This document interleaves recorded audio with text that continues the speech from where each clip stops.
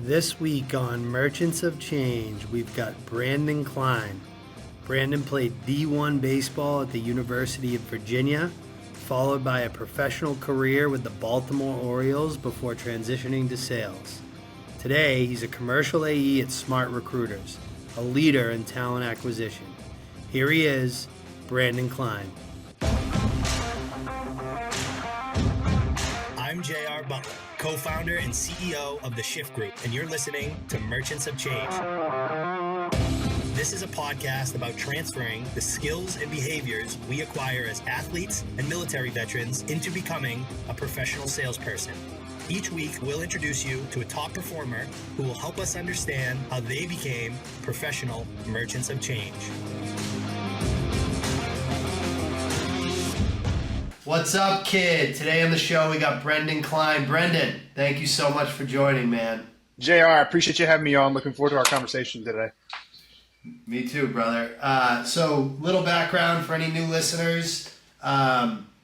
We started our company a couple years ago, Shift Group, because of my background in athletics and my connection to the military.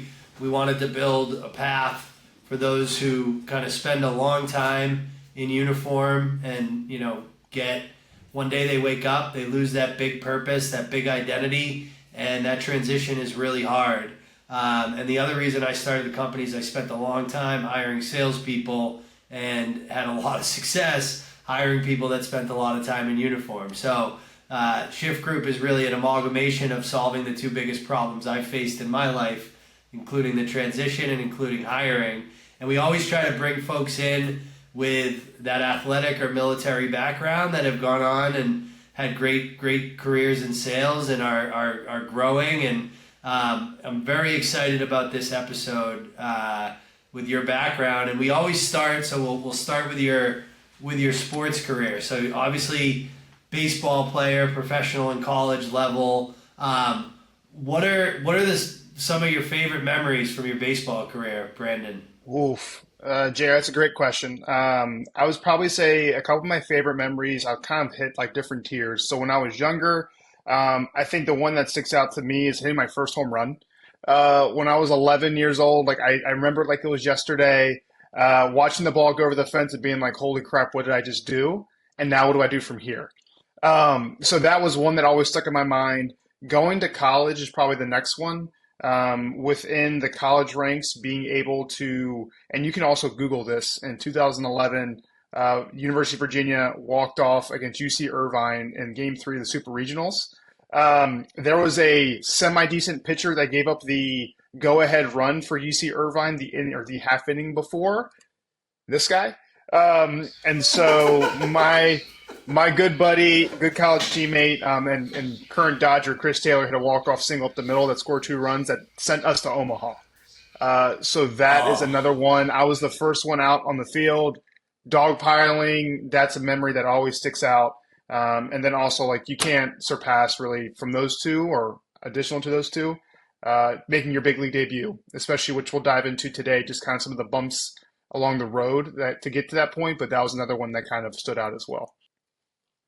That's amazing, man. And the big league debut to me is something that any athlete can relate to because the road to get there is so long, and paying your dues in baseball is so different than a lot of other sports in terms of that grind of minor leagues, eh? 100%. I don't know how to compare it to other professional sports, but just one going from such a high, established tradition, the surroundings of the University of Virginia, where it's a very good place to be, to then almost start all over from scratch and go to the bottom of the barrel and kind of what you have to deal with in the minors. It's just a complete 180 from what I think a lot of people expect. But it's also, we'll dive into this too, I think one of the reasons why, in particular baseball players, when it comes to sales, are usually pretty successful just because of the determination, the grit, some of the things that they kind of also get throughout their kind of baseball journey if they get to play professionally. Totally, man. Totally. So how long did you play professionally for, Branden? I played for 8 years. So I was Wow. drafted by the Orioles in 2012, and then I decided to walk away from the game in 2020. So I was very fortunate with those 8 years to be able to, one, play, but then two, also be with the same organization throughout. That's amazing. That's so rare too in baseball to stick it out with one organization. And side note, obviously, I can see the Sitco sign at Fenway from my house now, but I will say second to Fenway for me is Camden Yards. I think that is the coolest stadium other than Fenway in Major League Baseball. That's a nice one. There's a lot of good stadiums. There are. A lot of good stadiums, and Fenway by far was one of my favorites too when we got to play there. So being in the same AL Yeah. East with the Red Sox, spent many times in Boston. So wonderful city, by the way. Wonderful city. I was Yeah. ready while I was playing. I was ready to move there with my wife, and then I forget where we were staying at. I looked up like with the housing market, um, and I was just like, okay, babes, never mind. We're not going anywhere. Well, I'll like preface this apology with if you played in Boston, I'll just apologize for like any of my cousins or anyone I grew up with that swore like a sailor at you, because that's just part of the playing in Fenway. So I'm sorry that bullpen is not well placed for the when Bostonians get alcohol in them. I will tell you from my side, one, for me in particular, when I was getting trash talked to me, which happened a lot, it was actually something I could use as fuel, so it actually helps me out. There you But go. the second thing with that also is I had the fortunate ability to get drafted by the Red Sox out of high school. So Oh I wow. got I got to interact with a lot of the at the time the Red Sox front office in 2009. I actually to this Wow. day, I was on the field when they were playing the Phillies way back in the summer of 2009, and I remember like it was yesterday, like me saying David Ortiz was my favorite player. David Ortiz is in the cage on the field, literally taking swings. GM walks Oh, over, mentions a couple things to him. David literally just gets a Sharpie, signs the bat, hands it to him, and then comes back and hands it to me. So it's actually something I have here in my office. I have a signed baseball bat from dude. David Ortiz from that game or that batting practice in 2009. Oh my God, I would have been like, forget about it as a senior, and oh my God, that's incredible, dude. Great story. Um, how do you think, like looking back at your playing career, how do you think your teammates would describe you, Brandon? It's it's a good question, and it's one that I often ponder about everything I do, whether it was playing baseball, whether it was going down the street, whether it's going to a different career. If there's one thing I think my teammates would describe me as, it's literally like their best friend. I'm always there, one for a phone call, two, and JR, we've been chatting here for just very briefly, but really taking an interest in others, trying to understand what's going on, trying to understand how I can make their day even just a smidge better than maybe what's going on right now. Especially in the world of baseball, there's just so many ups and downs. It's very hard to stay even or just stay like flatline throughout everything.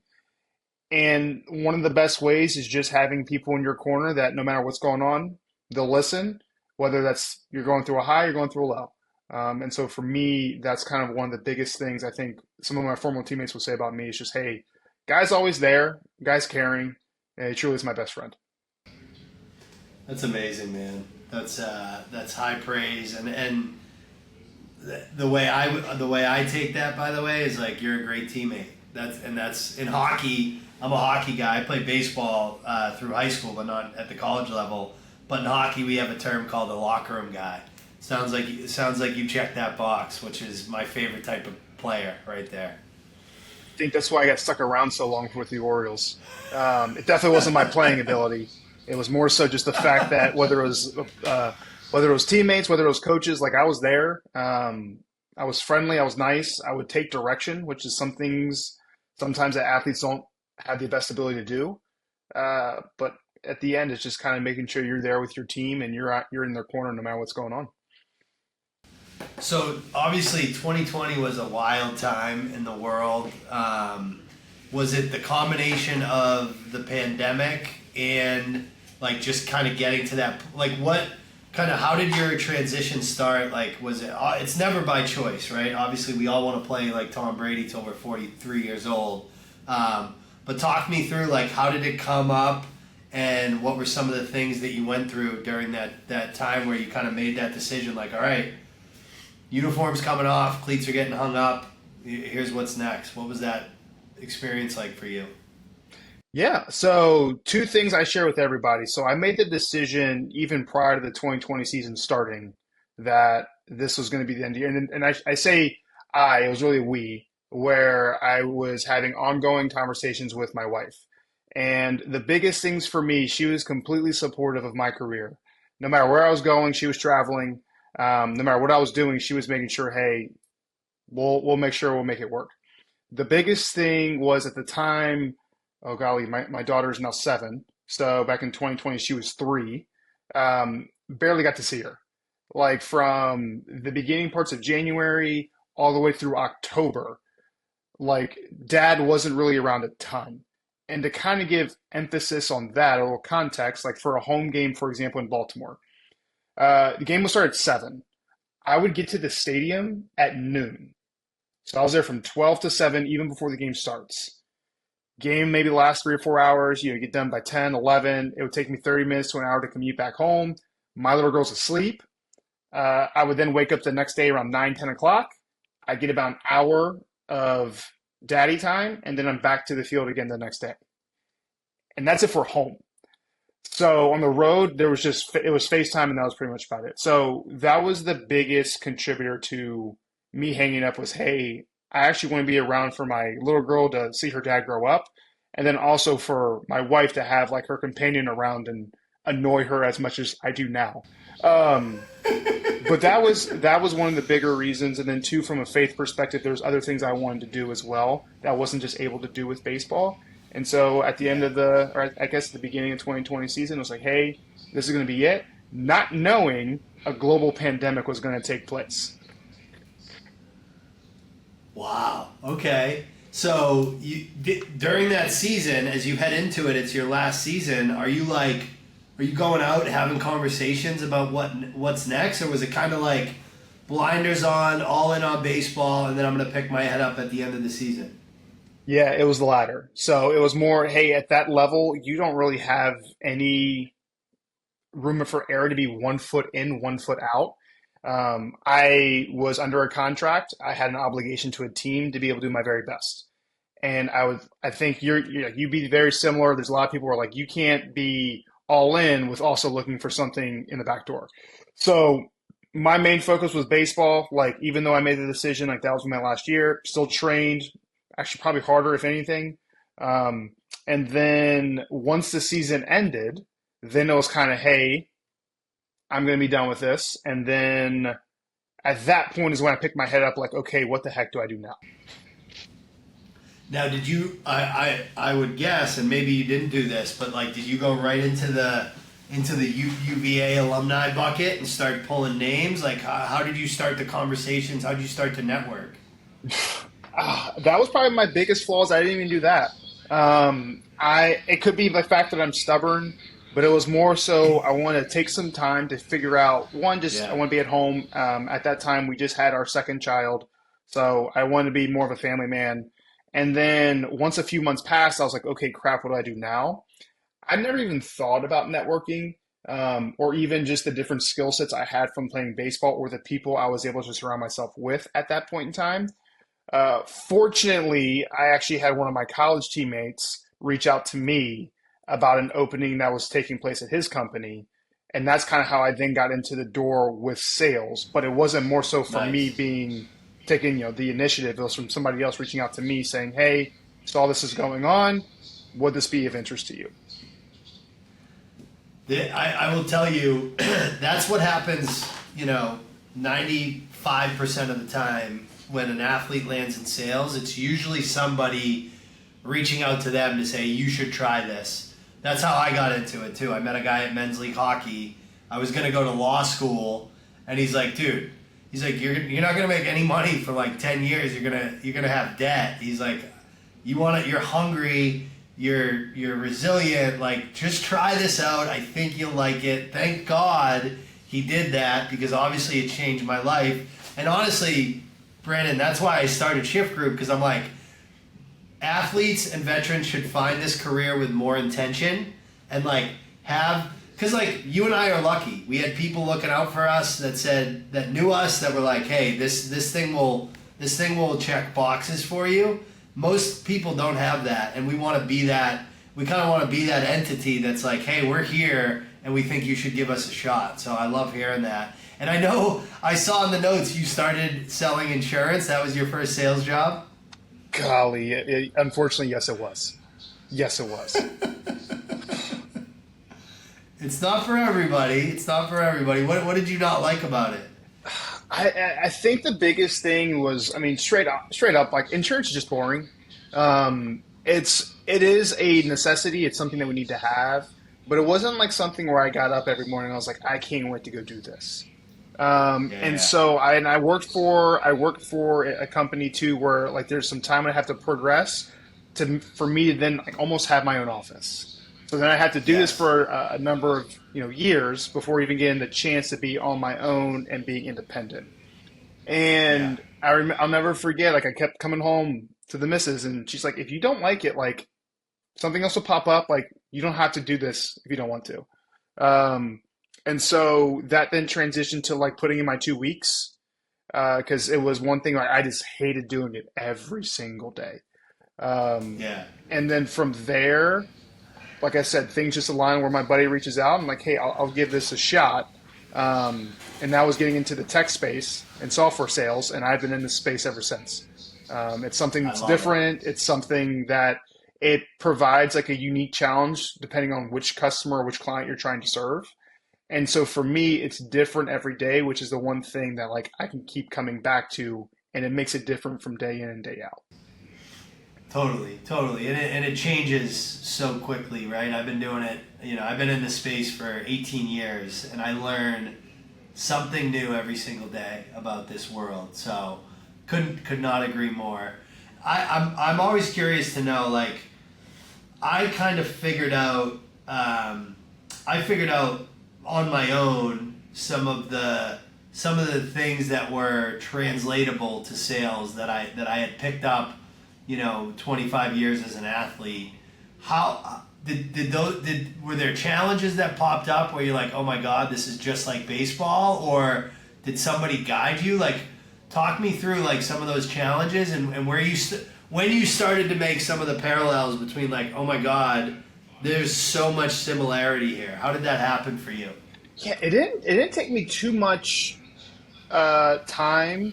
I mean, there's definitely still some skill sets you have to learn, still skills that I'm still trying to acquire and kind of refine. But for the most part, like the biggest hurdle is just, hey, how do you start a conversation with a complete stranger that doesn't expect you to call them, that doesn't expect you to get in touch with them? That was the hardest hurdle. And by the hardest hurdle, it was just a skill set. Because once the conversation took place, as I feel like with specific athletes or just athletes in general, like you can hold a conversation, you can find something that's relatable to the other side and continue to have a relationship. The thing that I had to learn on the front end was, hey, how can you get to that point within like, I don't know, 10 seconds, almost in a way. And so for me, that was the biggest thing I had to learn. And then from there, once I started to learn, it was like there's so many different parallels between baseball and sales or just talking with others. Because especially as a pitcher, you're teaching others are teaching you. So you're getting feedback, you're giving feedback, you're listening, you're asking questions. What else do salespeople do? Right. They listen, they ask questions, they learn, they give feedback, they receive feedback. So at that point in time, it was kind of like, oh, I've done this before. It's just some things just need to be refined. Yeah.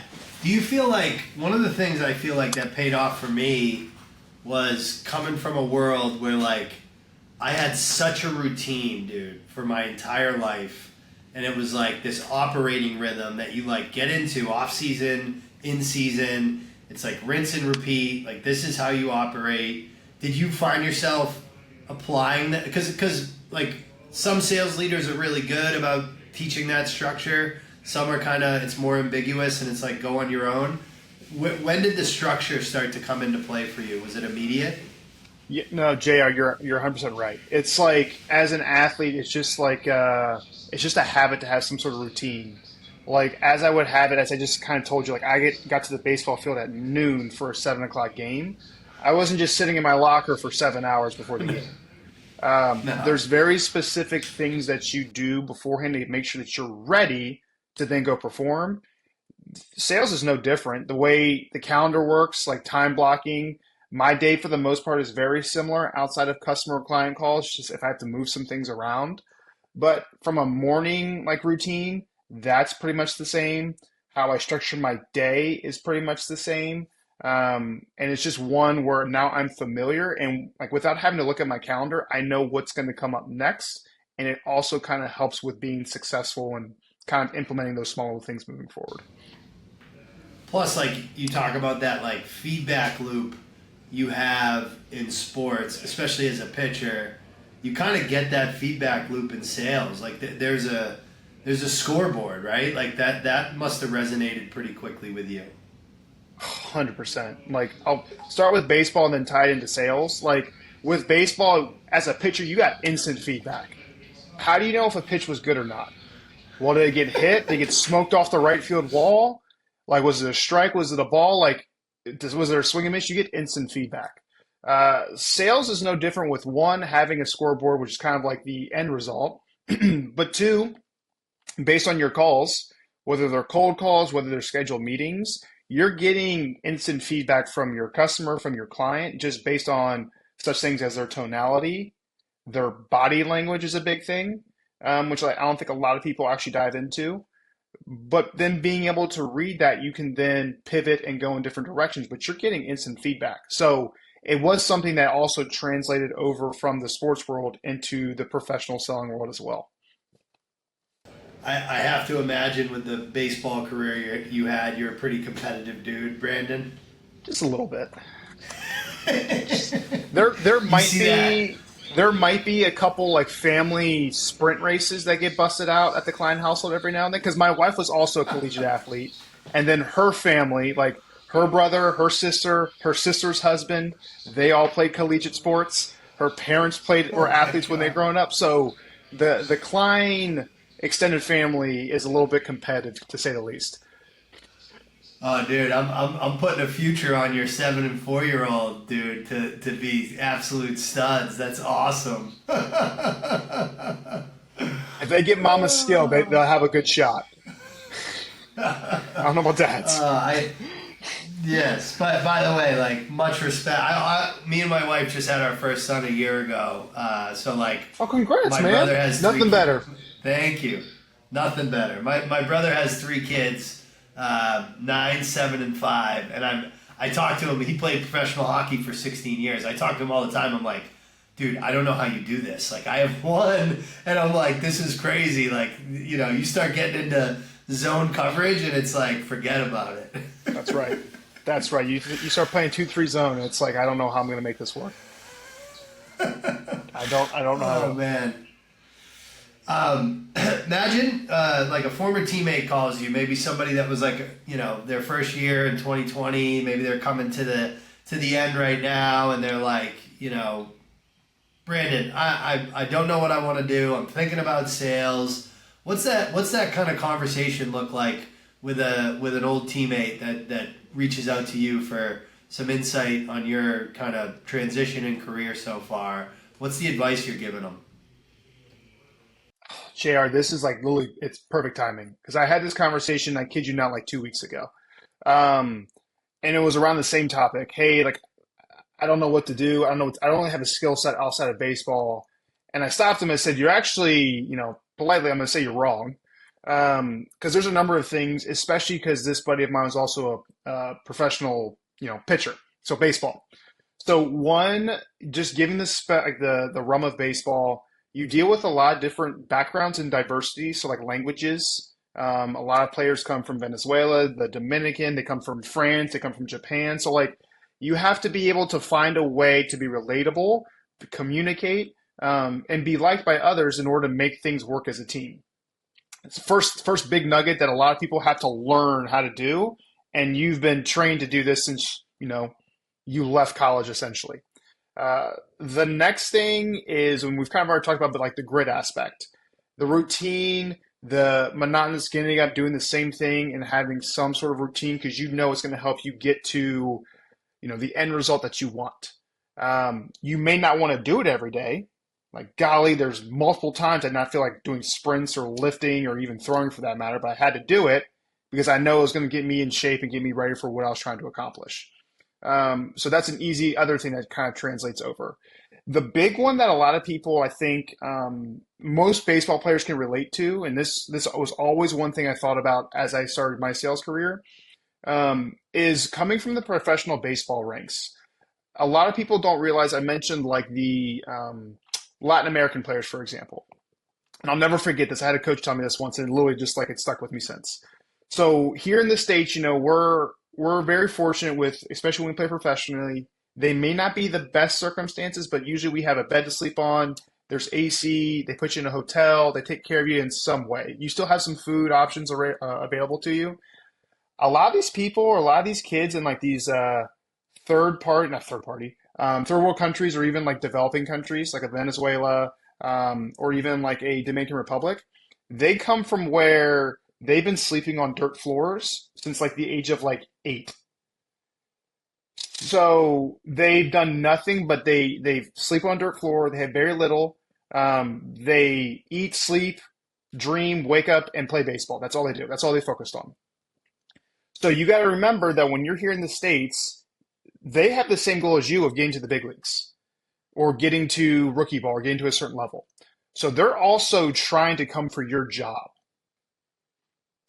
So if you don't show up day in and day out, do you think they're going to take it easy on you, saying that's okay, you can have it, I'll just wait for another turn? It doesn't exist. Sales is the same way. There is a scoreboard. However, because you're already used to that pressure, you're used to somebody else trying to come and take your job because there's always, an SDR is trying to get to an AE. There's always somebody who's unemployed trying to become an SDR. You kind of, in a way, have to have a little bit of like fire underneath you, knowing that somebody's literally coming for your job and it's okay because you're also trying probably to take somebody else's. It's just competition, but it's also just the thing that as baseball players, as athletes, we're kind of like, oh yeah, like this makes sense. Same thing that happens in transitions over to sales where some people, it either takes some time or they don't kind of figure it out until the very end, like the pressure that kind of is created by that. And these are all just even the small little skill sets that, former athletes kind of have. And that's why I think the same conversation I have with my buddies, like this is why you'd be really good at sales. It's just a different area. It's just the skill set you're taking going into a different profession. So good. So good. And I think like one of the things that we do, which I think is important, is like being really honest. Like, hey, it's going to be hard, but like, guess what? Like anything worth doing is going to be hard, right? You're not going to step out of even the major leagues and walk into a $500,000, OTE enterprise role, right? Like we call it, you can use this too, Brandon. I call it mountaintop hopping, because we work with, guys like you, and the other leagues too, NFL, NHL, doesn't matter. And then we also work with special operators. So think like Navy SEALs, Green Berets. Like, these dudes are badass and like work in incredibly complex environments and are super smart and dialed in. But I tell them, like, listen, like, okay, this is the example I always use. I go, all right, well, when you were on, SEAL Team 10, you would obviously take LeBron James on a mission with you, right? And they'd be like, no, dude, why would I do that? And I'd be like, right, because yes, he is an elite human being that's one of the best in the world at one thing. He still has to earn the right to like go on a mission with you, go through training, get the basics. Like, could he be an elite operator? Potentially, but like, and does he have tools that are going to get him to that mountaintop quicker, like a guy like you does? 100%. But he still has to climb the mountain. Yes, he can climb it faster, and yes, he's got more tools in his tool belt to get up there, but he's still going to climb it. So I love that that's your message to those guys. That's really cool. I appreciate that, JR. It's like I said, it's one that sticks in my mind because it's just transitioning to a different spot, but it's a very similar skill set that can be successful in a number of different careers. It's not just sales. No.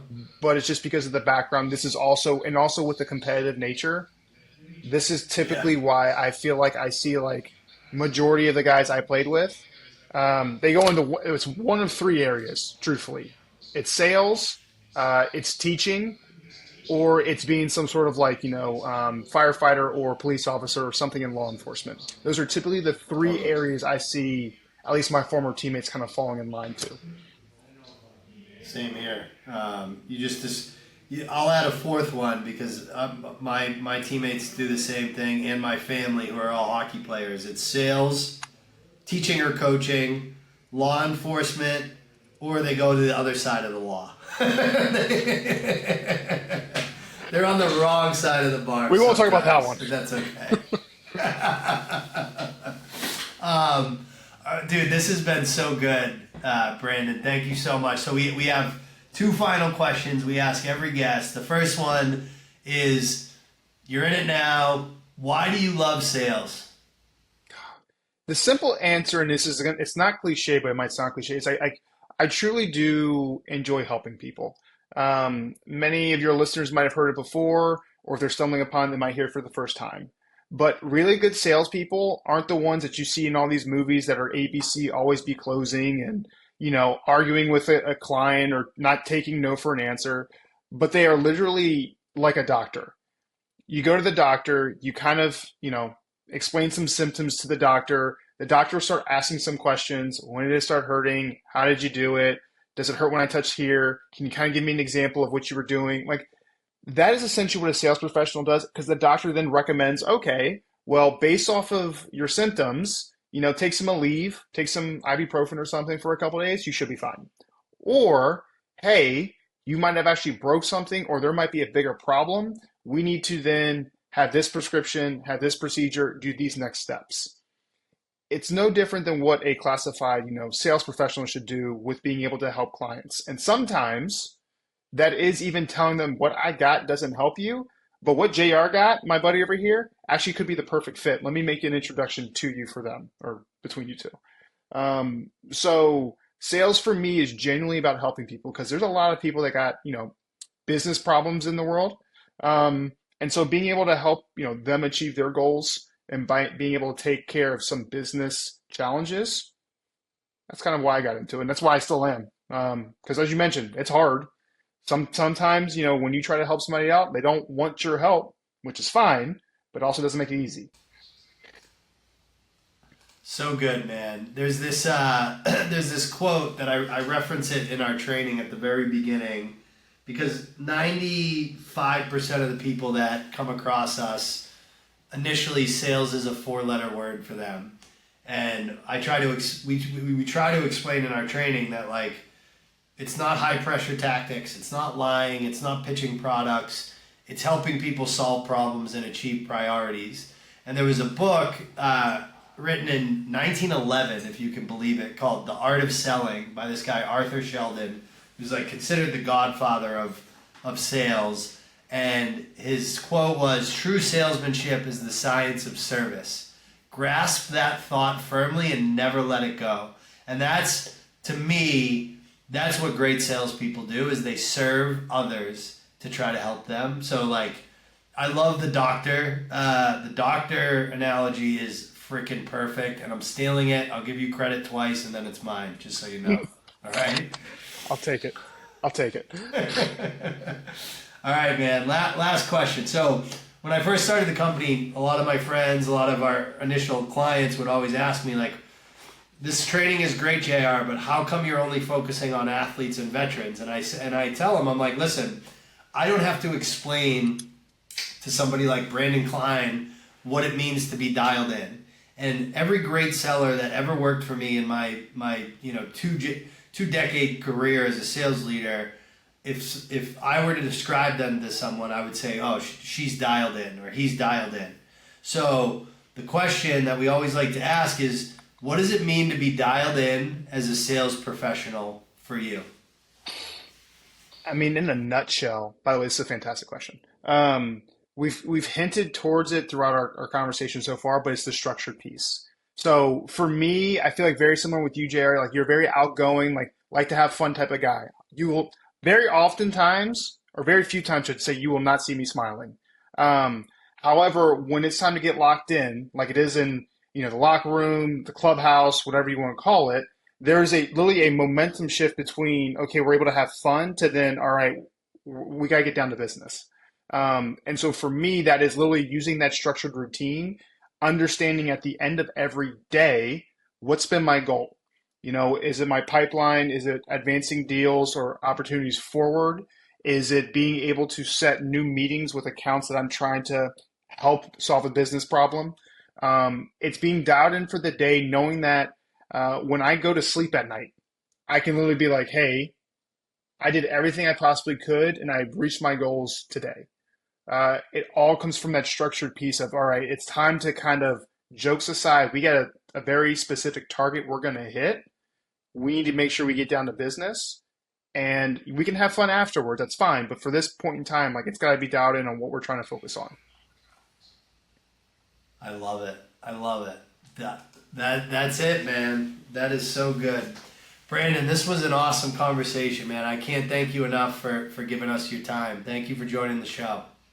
JR, I will say I appreciate you having me on, one, and two, thank you for starting Shift Group, because as I mentioned, there's a load of athletes out there that just don't know what to do next. And what you all have started is actually solving a big challenge for them of being able to showcase, hey, this is what you could transition into and kind of help take care of your family. So I appreciate you too, man.